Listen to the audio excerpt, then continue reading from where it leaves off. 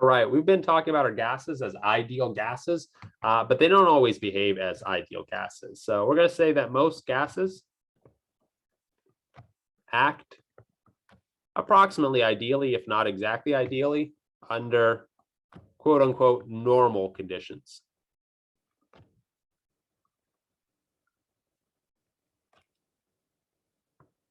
And if we think back to our kind of theory, it makes sense. We pretend that every single gas is just a molecule or kind of like a billiard ball that's very far apart from one another.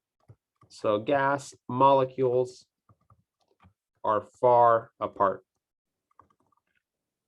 And this is generally true when you have moderate to high temperatures and moderate to low pressures. However, when we go in the opposite direction, when we go to very low temperatures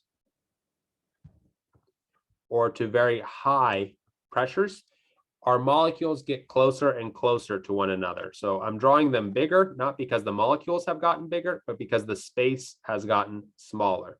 And so now when the space is small enough, the issue is that we can now have interactions between the gases.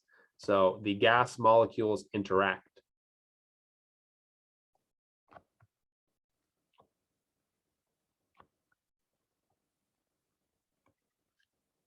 And remember, one of our points of kinetic molecular theory is that they don't interact with one another, that they don't have any attractive or repulsive properties, that they're just kind of like billiard balls that are just knocking one another around. But when they get close together, intermolecular forces such as, the difference in polarity of compounds can have them interact. And so whenever that happens, we get non-ideal behavior.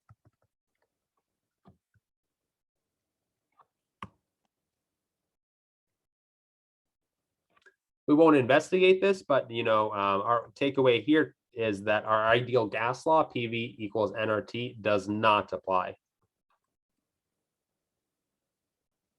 So again, the world is a very complicated place, but we can simplify it by building models. And so that model will work most of the time. And then if we're interested in the times that it doesn't work, we just have to investigate those specific applications, and we don't have to reinvent the wheel every single time we think about, in this case, a gas.